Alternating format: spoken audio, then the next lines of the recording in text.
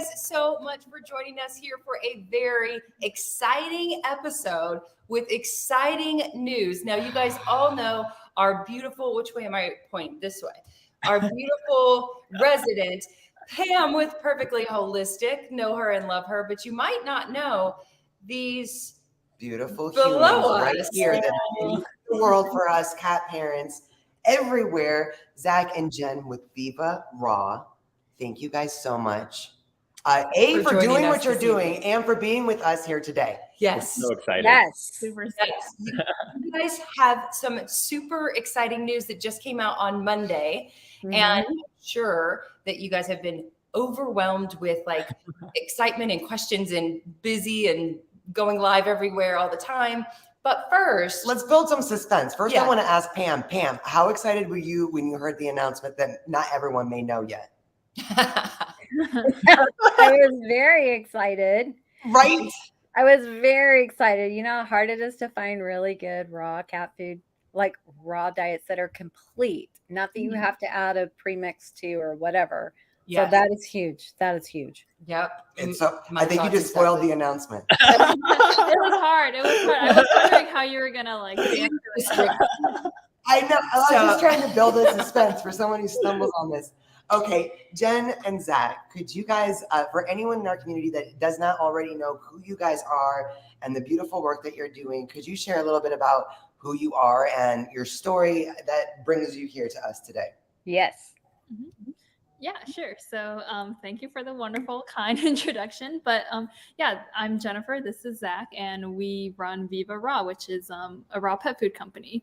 So I think that the big news, I'm just going to go ahead and spoil it officially for everyone, is that we actually just came out with a line of complete and balanced cat recipes this past Monday. It's been in the works for almost a year, and it's been such a crazy journey to get to where we are today.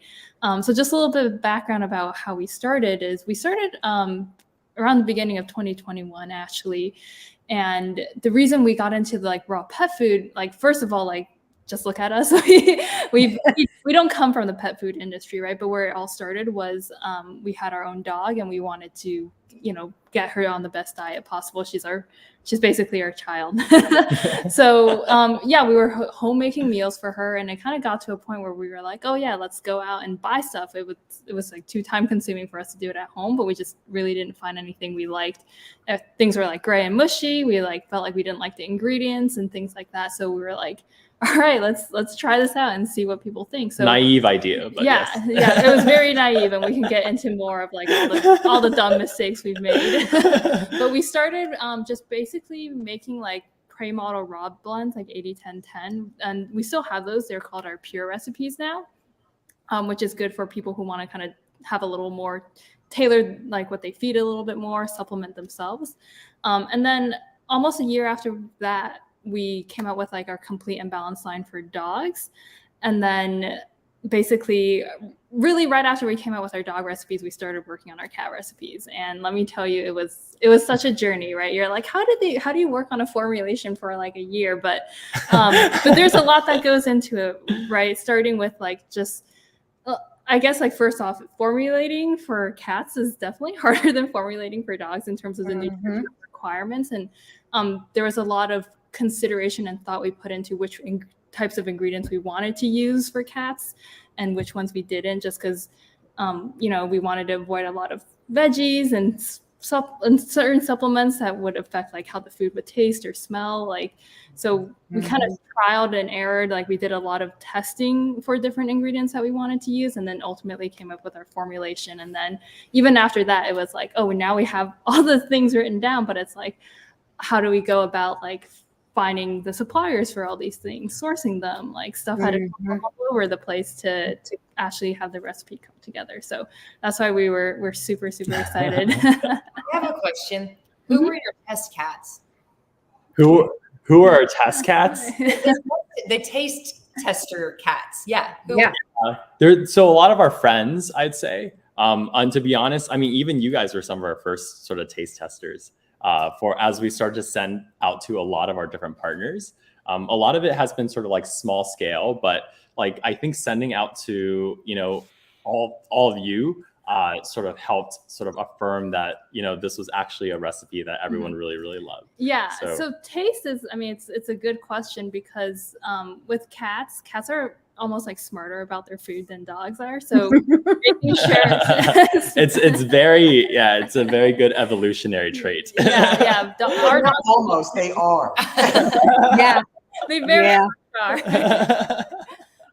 So that was like a big thing for us in thinking about like what ingredients we wanted to use and didn't. Like in our dog recipe, if you notice, we have things like ground ginger and like some various veggies and things like that. But in our cat recipe, we kept it very like, it's a much more meat-based. It's like 97% meat-based ingredients. And then all the supplements, we really looked for ones that are essentially like palatable, right? Like something that would fit like cat's natural palates and inclinations. So I mean, we heard all of your whole crew liked it, so it's a good sign. I'm not gonna lie, I was shocked. I was very shocked because our cats are very. Now we have like a few of our cats. One specifically is a purist, so he will only eat raw. He won't eat anything with a can, anything that is like anything that's processed or cooked. He will not eat. So I had hopes for him, but they're also just very picky about the specific texture. Yeah. And I liked that this texture was very similar to the texture that they are used to. Mm-hmm. So I was like, okay, let's see. We have tried many great foods out there. There are beautiful, wonderful foods out there that are really healthy and we can recommend to people to feed their cats, but our cats won't touch it. And I was worried that this was going to be, you know, remember back in the day when Answers like literally was like, if you ask me, it's probably the best food on the market when Answers was Answers. Yeah. The best food on the market, but you can't get your cat to eat it. And that was so true. Yeah. I was watching y'all's live the other night. We were able to catch most of it. And I love that you brought up the palatability because I think that that's what really keeps us cat people from trying new things. It's like, especially in multi-cat households, if you find something that everybody likes, you know, and we do rotations of proteins and even putting in different brands to make sure that we're, you know, but when you find something that everyone likes, it's like, I don't want to mess with it. Yeah, absolutely. So it was this weekend and we were like, okay, let's defrost it and or thaw it out. And then let's try it and let's just grab our phones and see and watch. And, you know, good or bad, we'll let you know. We're very honest. And they all of them. I was like, Adrian, every one of them are eating. I witnessed it myself. It was impressive. It was quite impressive. We're so glad to hear it. Rabbit. Now we haven't tried the chicken yet. I know that Pam, your baby's tried the chicken, right? And yeah. Okay. So Aylin is in this raw food strike right now. She dabbles. So she is like hit or miss sometimes. She ate a few bites that first day, but then the second day she was like, I don't want it today. But Gunner is eating it and I'm super excited. But I've only tried the chicken. So I have the rabbit defrosting to see how you know, how they do on the rabbits. Yes, you know, and I'm trying not to put like their typical supplements in it because I want them to just have the food experience. Right. For now, as we try, you know, something new and they're just not like turned away by, oh, you put that dang supplement in there again, you know? So we're trying to just be really pure about it. Right. So, but you know, Aylin is Aylin. She's very opinionated. She is. But I bet she's gonna really love the rabbit. I really hope so. You know, I'm really trying, and I have, you know, with cats we have to be creative sometimes. Mm-hmm. So adding the toppers that they like, you know, when you're introducing something, adding something that you know they like with it to introduce that taste. So I'm just having to be very creative with her. Right. Yeah. Yeah, but she's a bunny killer, so I'm sure she'll. I know. Don't say that too loud because it just hurts my heart. I know. Yeah, she. Couple questions because you guys have been making the pure recipe. I'm moving right along. Aylin, I love you, sweet girl. I know. Can you hear Zorro? He's singing in the background. He's singing.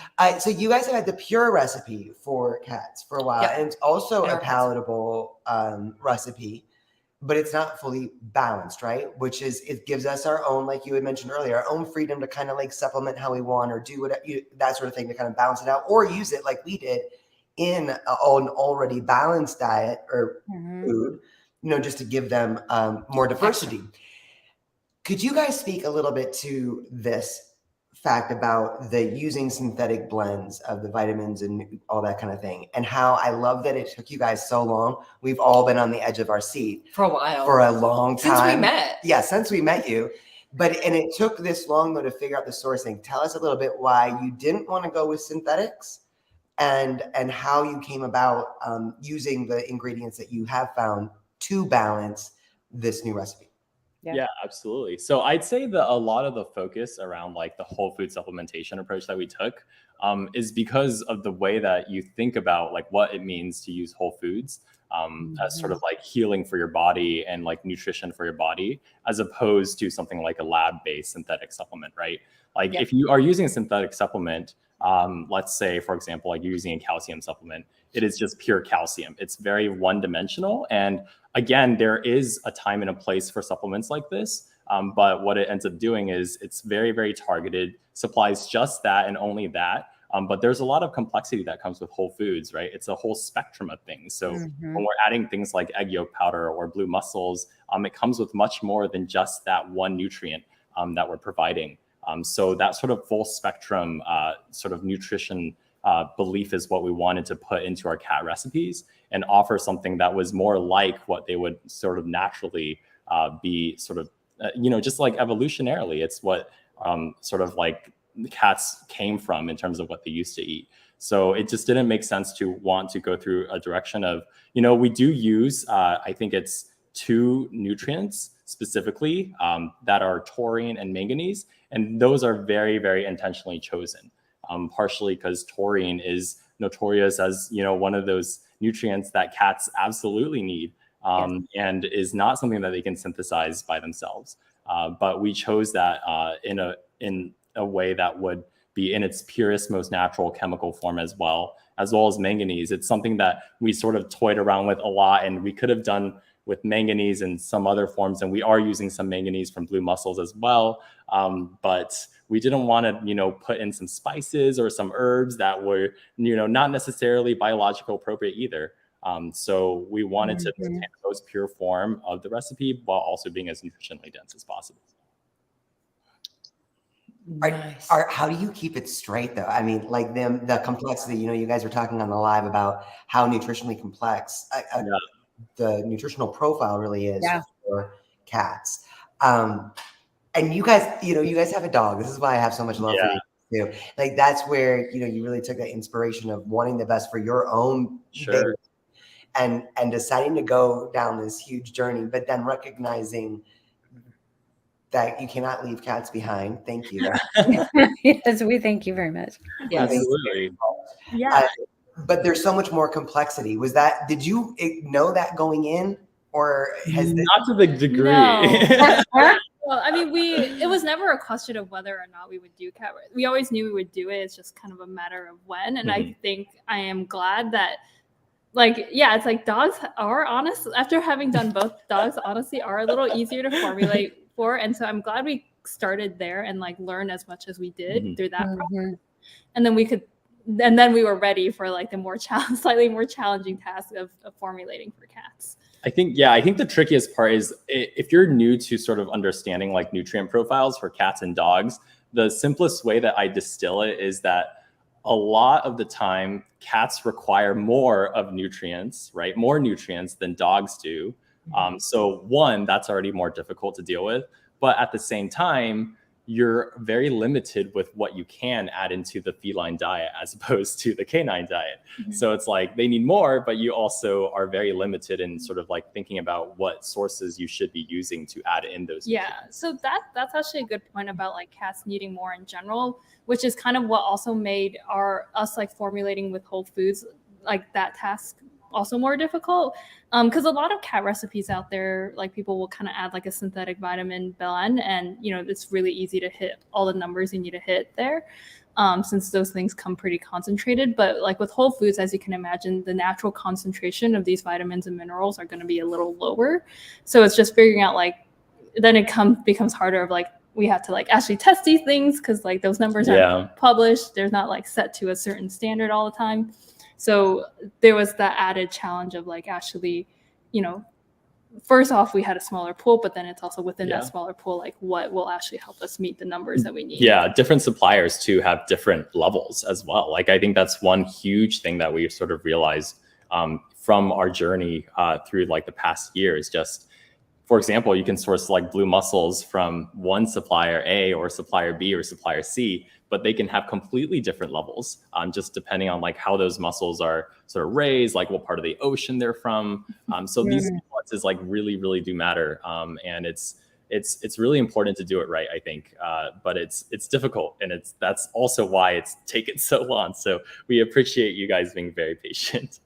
I appreciate you guys doing it right. Yeah. I think that's to have a level of trust in a brand is a big deal. And watching your journey has been so exciting because it has been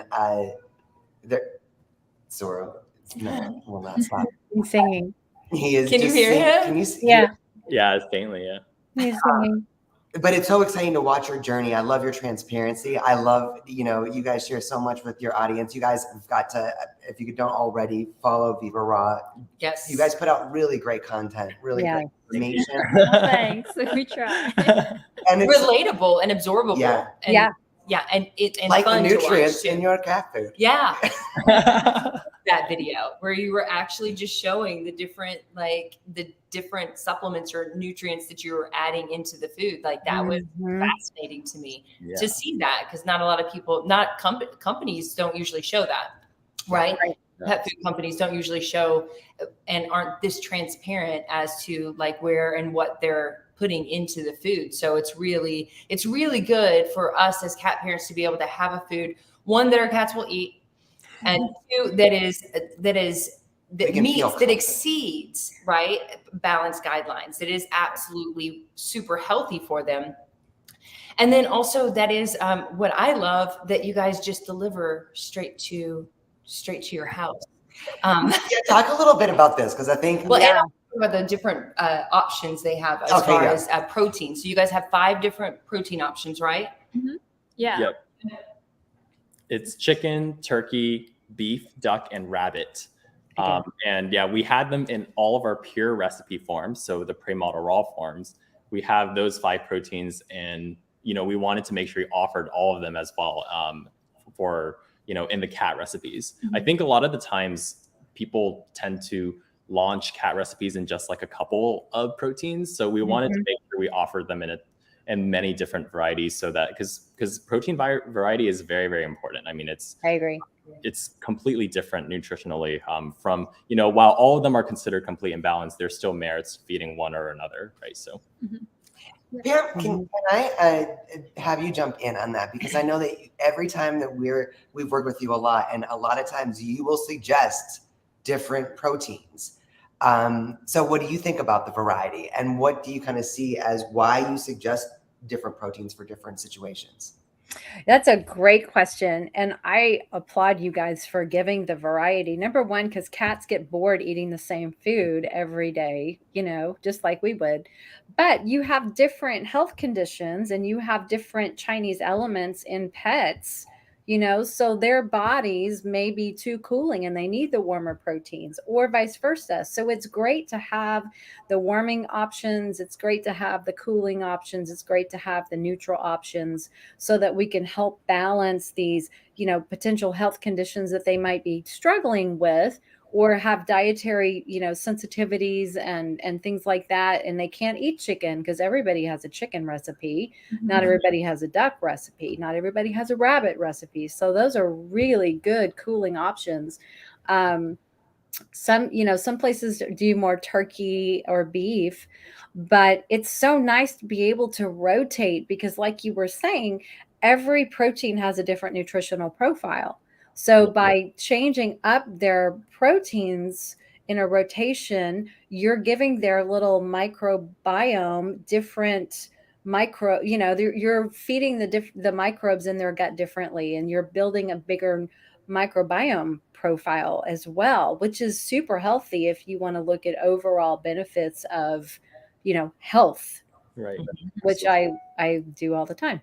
Yeah. And longevity of life, right? Like, microbiome is so important. So to have those options is fabulous, especially for knowing that each protein that you guys selected to put in your options, every protein is different, every nutrient profile is different, so you therefore had to tweak each recipe accordingly.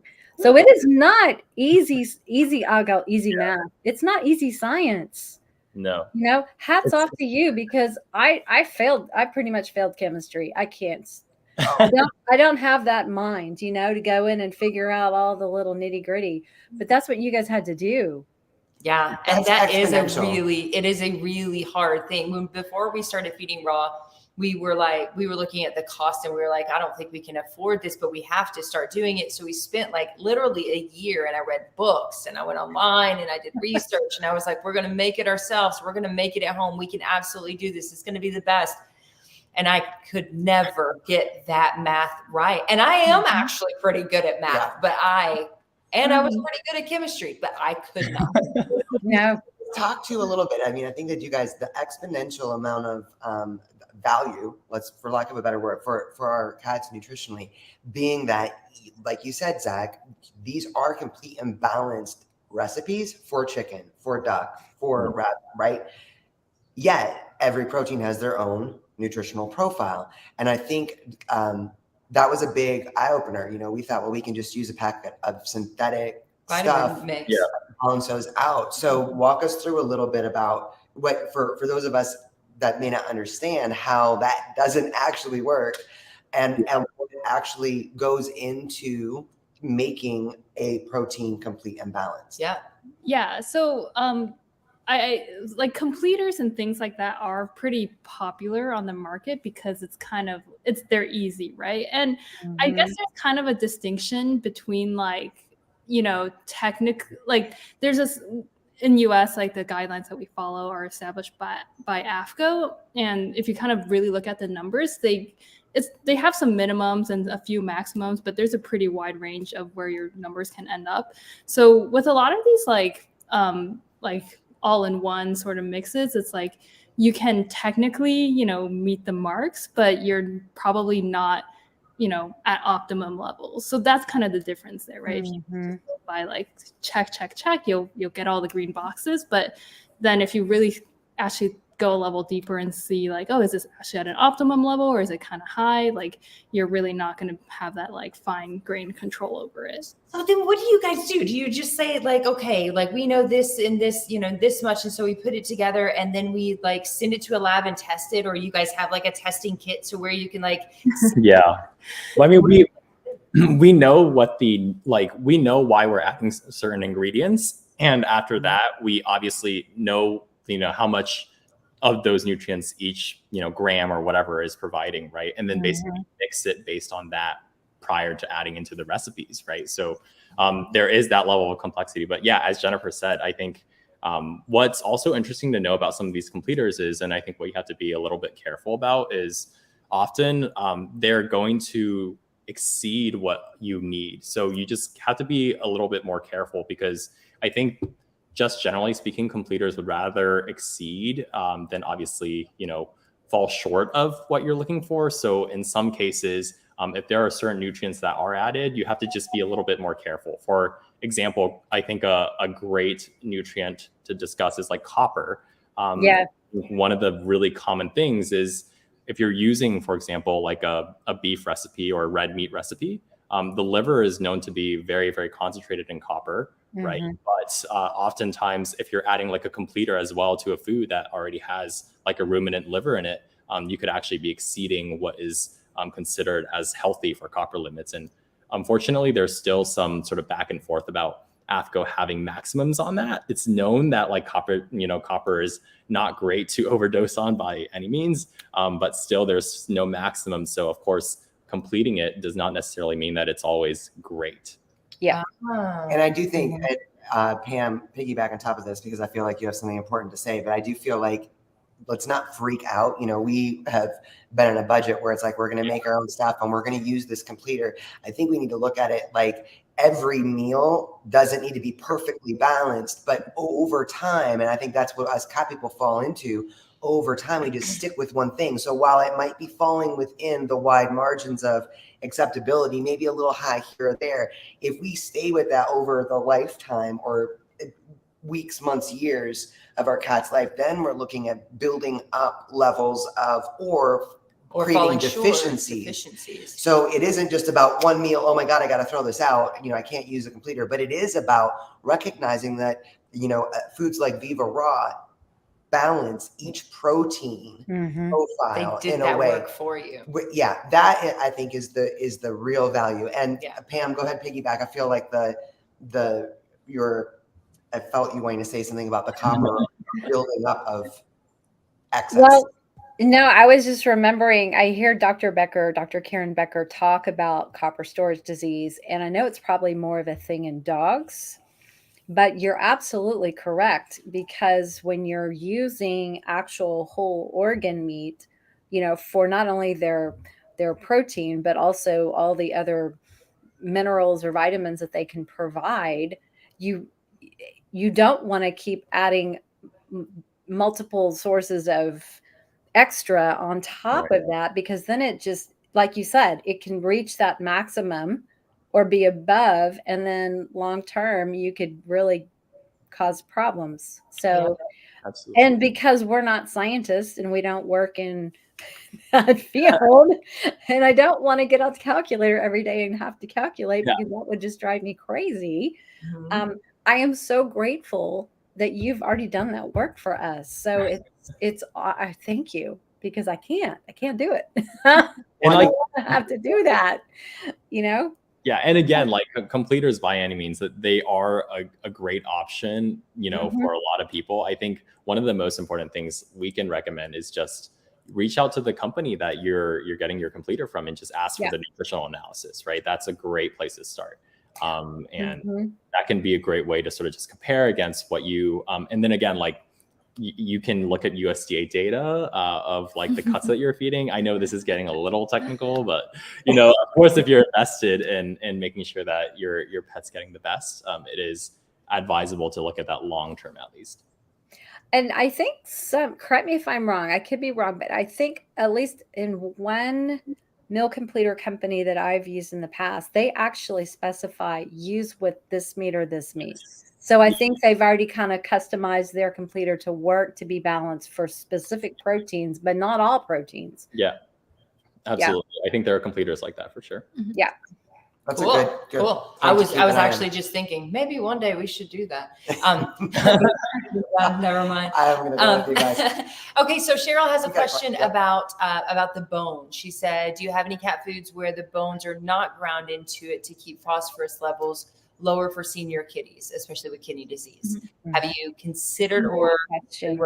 Yeah, so the answer is like we don't have a boneless recipe as of now, but we do hear quite a lot from people, you know, who are working with like kidney issues and things like that. So I would say it's probably not out of the question for us to do more of like a specialized diet for this sort of thing in the future. But this does take a little bit more time. So again, like part of it is we wanted to, at a base minimum, bear with us. We are a young company. We just got the come on. More.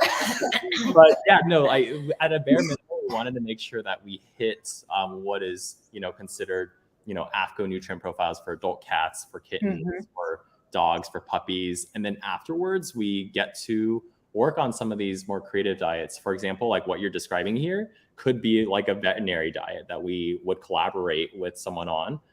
And because of that, it wouldn't be rated as something that would say like hit AFCO requirements, right? But it would be something that is more of a prescription diet. So it just takes a little bit more thought, but it's definitely, as you have mentioned, like there are a lot of unfortunately, there's a lot of kidney disease and senior cats who do suffer from that condition. So it's something we are very, very aware of. So we're very grateful that you have launched the Complete Cat. But so custom, we will wait for the custom. And we will wait for the gently cooked recipes too. Oh, You guys gotta pick which one do you want. you gotta draw the line somewhere. We just can't. So here's another quick question. I know it's one that Jay and I have, and I think we've heard it from a couple other people. So we have multiple babies. We've got 5, and right now your Complete and Balanced Packaging comes in 2-pound containers. Yes. Tubs. Are you considering making that? I already know this answer because I watched the live. Yeah, I think you saw it. Yeah, you know the answer. You're just asking for the audience, which is a good question. But yeah, we are actually working on 1-pound packages. So we basically, the story there is that we have to get a couple pieces of equipment in, and they're kind of on their way. But I mean, like a month or two, I would expect you guys to start. Let's just say them. in a couple of months. I mean, it's like anything can happen on the kind of like equipment manufacturing side, but no, those plans are in motion. Yay. Wow. And yeah, we hear you guys. We know the 2 pounds is kind of a lot, especially if you have small pets or 1 cat. Yeah. Yeah. One cat, it's like, oh no, what do I do? Can I Absolutely. and then freeze? Yeah, we hear you. That's what I had to do. I had to go kind of mostly thaw it, but not completely thaw it, and then cut it into sections and refreeze in smaller package. Yeah. So, and then somebody has a suggestion here about making a sampler pack so that people can try. Like that's a whole new kind of packaging. You know what the answer is? The answer is you guys need more cats. You are amazing. There you go. But no, but honestly, sometimes it's not even the amount of cats that you have, it's the level of pickiness. Or say somebody's like, okay, Viva Raw is like, I know that they're recommended by all the cool people in the world. So we've got to feed our cats this food, but they're currently on a wet food or they're currently on a dry food. And so we're going to have to slowly transition them in little bits and pieces at a time. So the smaller packaging really helps with that transition phase. Or the picky cats, like so many of us have, where it's like, okay, I'm going to mix it in with something else first. I don't know. Mary's here and said when you have 8 cats, you use 2 pounds a day. You got to get 8 cats. I don't know if there's another option here. That's just. I have a suggestion though for you guys that want to do like the little samples, like the small amounts for the transitioning cats or whatever. Kind of mostly thaw the package and put it in an ice cube tray and just pull out one little ice cube at a time. Yep. Yeah, that's a great option. Yeah, that's a really good idea. That is a really good idea. You can use like baby food jars too. Yeah. Like, I don't know, like muffin tins. Like, so you are like, I definitely recommend kind of after about 24 hours in the fridge is a sweet spot for when it's not like totally defrosted, but it's like soft enough for you to work with in portion. Yeah. Yes. Oh, I love that. That's great. Nancy has come in. Nancy said, I love it. There's a new raw food option for my cats. I have 3 questions. Those are incoming shortly. I will mention too, sorry, going back to the sampler pack question, I definitely hear you guys. So one of the tough things shipping direct to your door is that it's really difficult to keep things frozen and fresh through transit unless we have a certain amount of frozen product in there.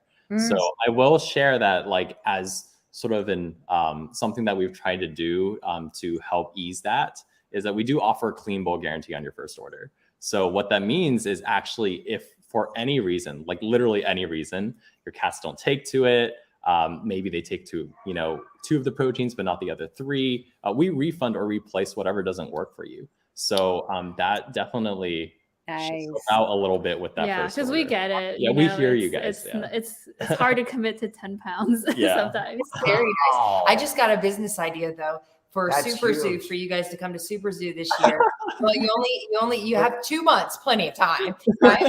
So within the next 2 months, this is what you should do. You should just get the little sample packets, right, of everything. sell them in the stores. So there's a little bit of profit. And then they have to come back and buy directly through you for the larger supply. Wow. Interesting. Yeah. I don't know that the independent stores would be super happy about that. Maybe not. Maybe not. Yeah, It's we a want great to idea. support them. So. Yeah. Yeah. Okay, so I don't see Nancy's question. She said, hold on. I think she's still She's typing. working on it. But I have a random question before we let everyone know where to get this amazing food. And before Nancy comes through with her questions, we're watching, girl. We got you.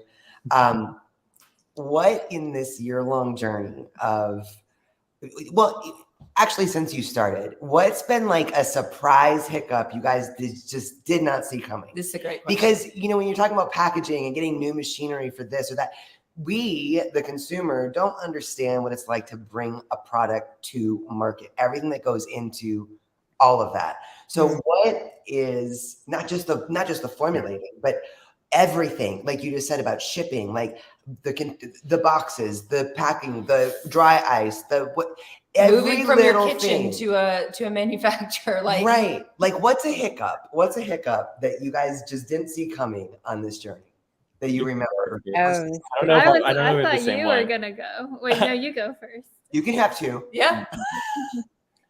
I'm just curious. Yeah. So a hiccup. Would you describe a hiccup the same as a challenge? Yes. yes. Unexpected challenge, like, oh. Yes. Okay. Where you had to problem solve.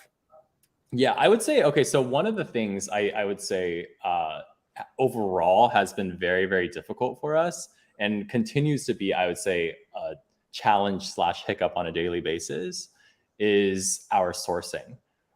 So we work, I mean, when we first started, we were working with a lot of family farms around us. So we're located in North Carolina. Everything is manufactured in North Carolina, but we have a warehouse on the West Coast as well to make sure that we cover the entire country.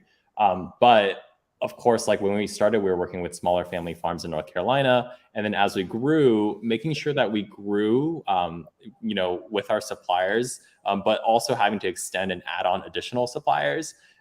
And you know, we have a really high standard for the quality of the farming that we work with. So we require that they're certified humane by like a third party. So a lot of the times, if you've ever heard of like GAP organizations or certified humane, that's super, super, super important to us.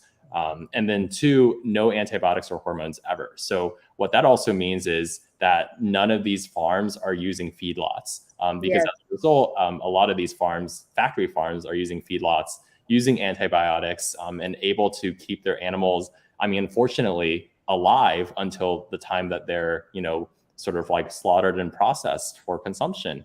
And, you know, without the use of antibiotics or hormones, they have a lot stricter sort of guidelines around making sure that their environment is very clean, very healthy, giving them really clean food, and making sure they're happy and healthy overall. So expanding on that front, like, again, like we don't have access to the largest farms and meat suppliers in the country. Like we don't, like none of those brands that you see in grocery stores are brands or farms that we can work with. So having to grow, but also maintain a really healthy relationship and consistent supply. There's definitely hiccups along the way where we're really thankful that we have such great partners now to keep things in stock as we sort of support you guys. But there was a time in which things were out of stock for sure. And that's really difficult too, I think, for a lot of people when they're trying to feed, you know, their cats the same food and they're doing so well on it. So that's definitely been a challenge for sure. Yeah, I can only imagine that would be our hardest challenge. Yeah, like, sorry, we just don't have it for you anymore. You know? I mean, honestly, that is like kind of one thing I was initially surprised by is like, you know, when like at the when we first started, like sometimes we get people go like, oh my gosh, like my pet literally can't eat anything else. Like I need it. Like it's like when we're out of stock or even if there's like a carrier delay or something. And like, I think that was, that was like, wow, like people are really like depending on us. I mean, it made me proud a little bit, but it also was like, yeah, we really got to make sure we do our absolute best to like be there when you guys need us.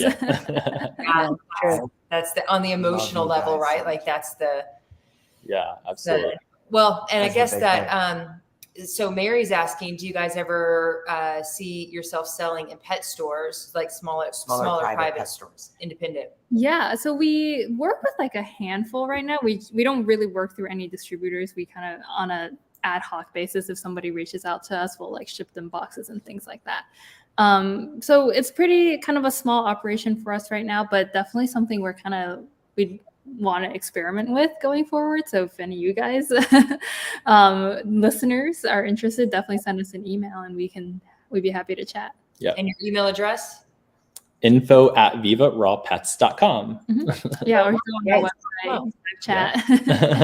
Okay, so Nancy's got Nancy's come through with a question. She said, I've heard Dr. Karen Becker state that she doesn't believe cats should have a steady source of iodine. Could you speak to the choice of adding organic Icelandic kelp? Is it Icelandic? Organic Icelandic kelp. That's an interesting question.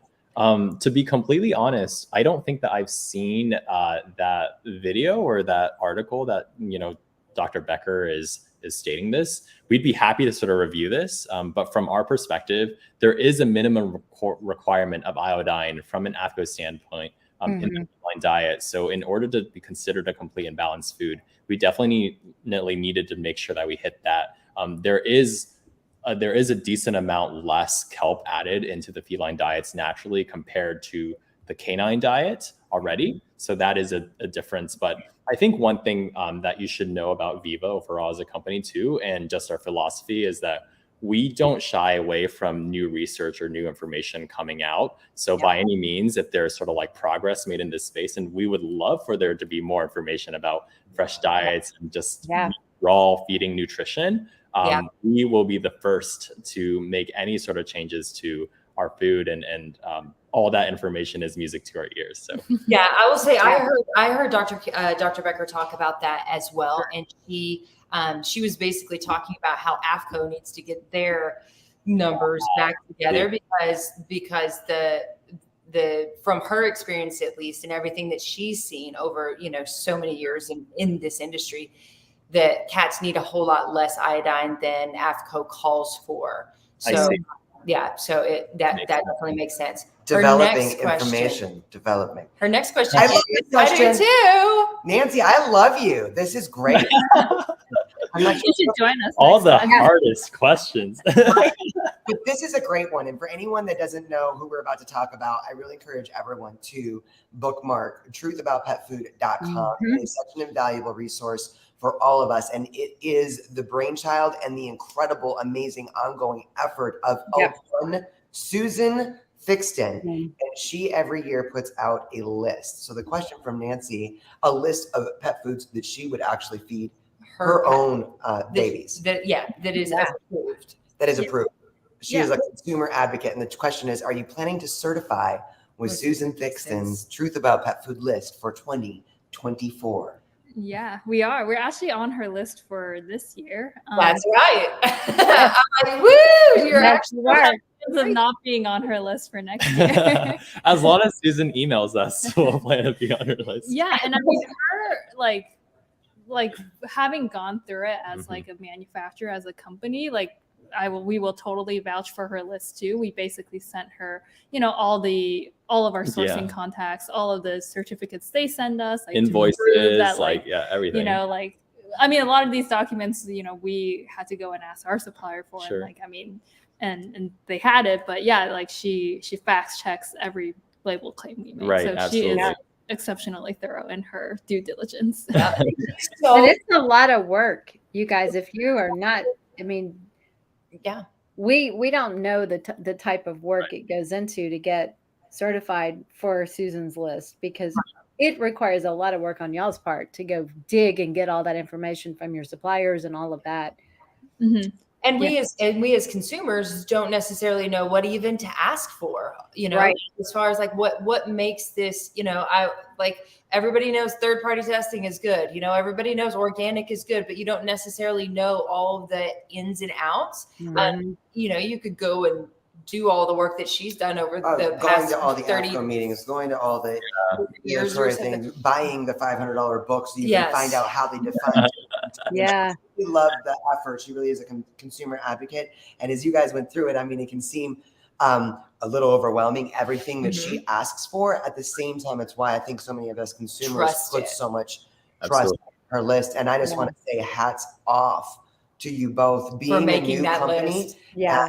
and doing it right from the start. I Yep. mean, it really is what an accomplishment. That What is. an Thank you so much. Yes. We're excited to work with Susan again this year for sure. And stay posted on that. Right.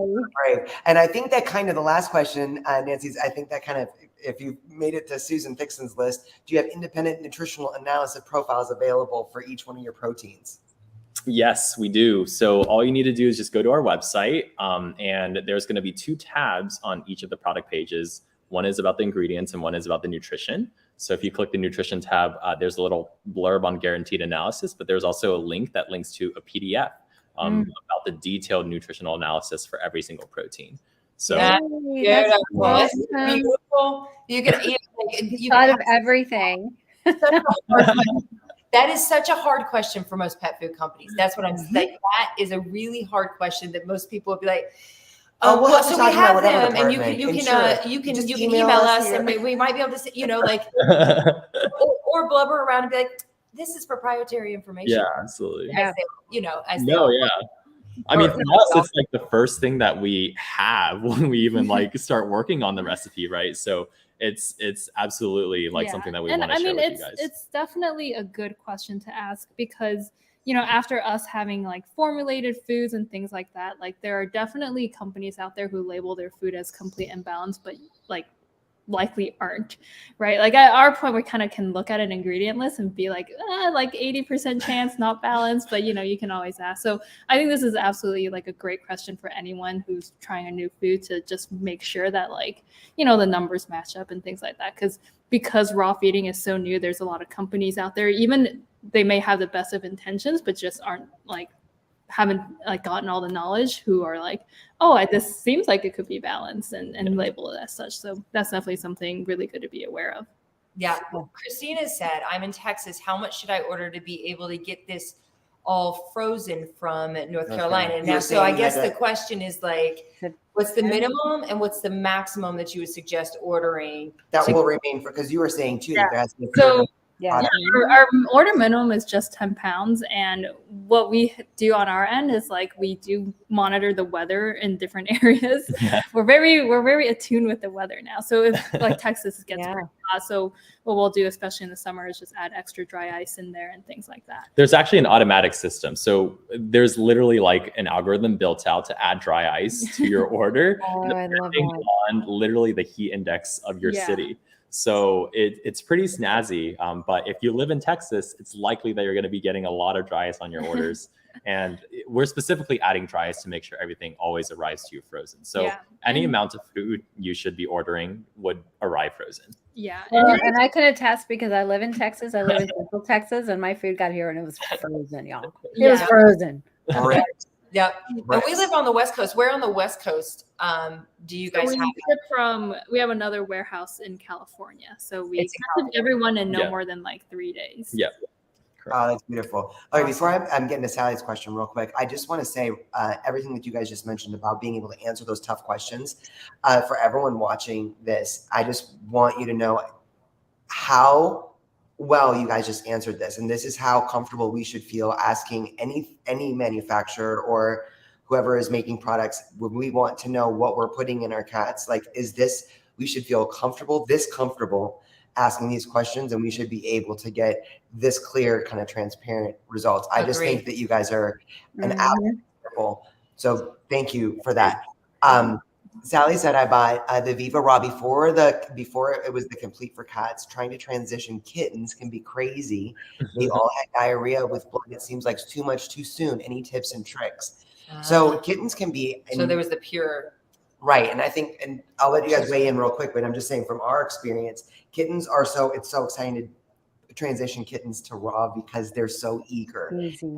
And depending on how your kittens came to you, I know that we had different experiences kind of with our Madison and Jack versus our Friday and Zorro, where sometimes kittens go through a lot before they come to us, whether it's shelter or anxiety or the shelter environment, nutritional deficiencies. And So I would say it might have been a little too much too soon, but definitely whatever their main diet was, to do a slower transition, and just see how they go.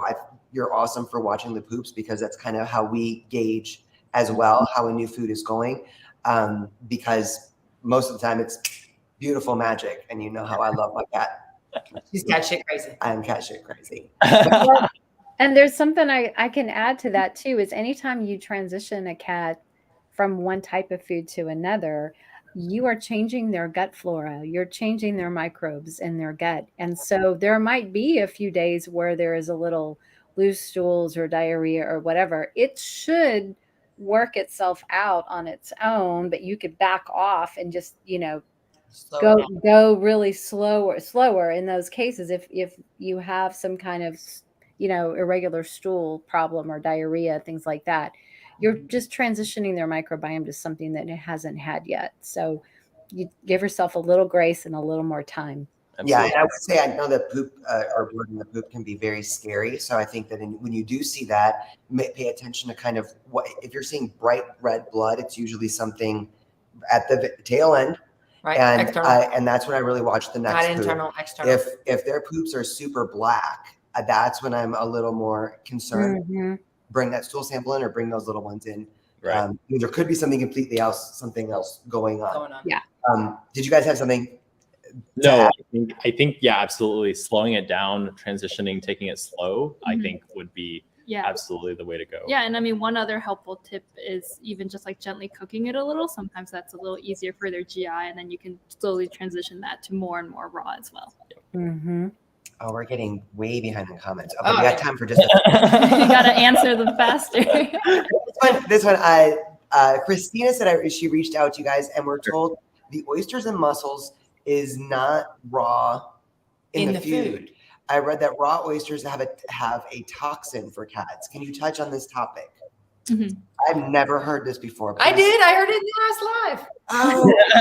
Yeah. So, the thing with oysters and shellfish in general is like, because they're filter feeders, like there is a potential for them to like take in what's in the environment and store that in their bodies. So, well, first of all, like we do like every ingredient we get, especially our supplements, we get like a certificate of analysis from our supplier that they test for these heavy metals. So they're always, like we make sure there's not any in there. And then the other thing I've seen about oysters is, especially raw oysters, is there's an enzyme in there called thiaminase that breaks down thiamine, and heat inactivates that. So our oysters that we use are dehydrated, so that enzyme is not active in that ingredient either. Well, let me know if you have a specific other like risk you had in mind about the oysters. But you said but they're not cooked. They are cooked. So all of our oyster powder, as well as like mussel powder, is basically dehydrated and then powdered very finely. Yes. So as a result, it is cooked. A couple other comments. I just wanted to read Terry. She said that the American Grass-Fed Association is a wonderful certifier of farms/ranches who manage their livestock in a humane way and are purely grass-fed, organic, non-antibiotic. Thank you, Terry, for that information. That's good information for all of us. That is good information for all of us. Floppy Cat said also, hey, Floppy Cats, if someone has a problem transitioning, hook them up with Pam. She transitioned my 13-year-old raw in 2 weeks. We did it. Yeah. Okay, we are quickly running out of time. I could talk to you guys all day. I'm really, it's an honor to have you guys here and to share all this information with us transparently. And we're just all so grateful that you guys have come out with a cat food, that you guys put the work in, even if it took a year, you continue to put the work in to be able to serve the cat community, which it's just beautiful. I mean, there's so few, as Pam said, companies that make anything with cats in mind in the pet health world. So we're so grateful that you guys put in that effort and have such an amazing product. So thank you. Yeah, of course. And can I also say thank you for making your shipping so affordable, guys? I'm not going to say the brand I was buying. It was ridiculous to ship. So I am so grateful that your shipping fees what was it, $10, $20 at the very most. I mean, $10. Yes, I'm like, sign me up. Sign me up. We also do offer free shipping too. Yay! Over $250. So it That's is a great. lot of food, but if you find that You have a big freezer. amazing on our food, you can always stock up. Say like on a month or two's worth. And you will get free shipping for that. So that's amazing. Okay, so That's we're quickly running out of time, but for everyone who is flocking to your website, or do we have a link? Link is in the description. If you guys want to check out their cat food line, please do. They, like I said, our cats absolutely loved it, and we're sold. We're sold. We are sold. Any clothing? Any clothing? No, yeah, we're super excited to see how all your cats do on it. If you guys try it out, let us know. Send us some videos or pictures. We love those. And you can tell we also love questions. So if you have anything else that wasn't answered during this live, feel free to just reach out to us via email, chat, text. Honestly, you can message us from any platform and we'll respond. But we'd love to chat and help you get to know a little bit more about sort of what we're about at Viva. So. Awesome. And do you guys sleep? No, that one we don't do. But what do you mean sleep? No, we can't sleep. Sissy, thank you so much. You just dropped, I think, the info at vivarawpets.com is their email to reach out. Thank you guys for your effort. Thank you for making such an amazing product for our babies. Yes. Thank you for your honesty. Do we have any closing thoughts? Anything on the top of anyone's mind that we didn't touch on? Pam? No, This is so exciting. I think we're honestly just so excited to hear. As Squirrel said, furry clothing thoughts. Anything? Furry clothing. Furry clothing thoughts. Next time we'll have to wear something. Next time we'll have some merch and apparel. Okay, we'll have to do this again sometime soon. Thank you guys so much. Thank you. Thank you. for having Absolutely. us. Thank you guys. Thank you, Pam. Thank you. Bye, guys. Bye.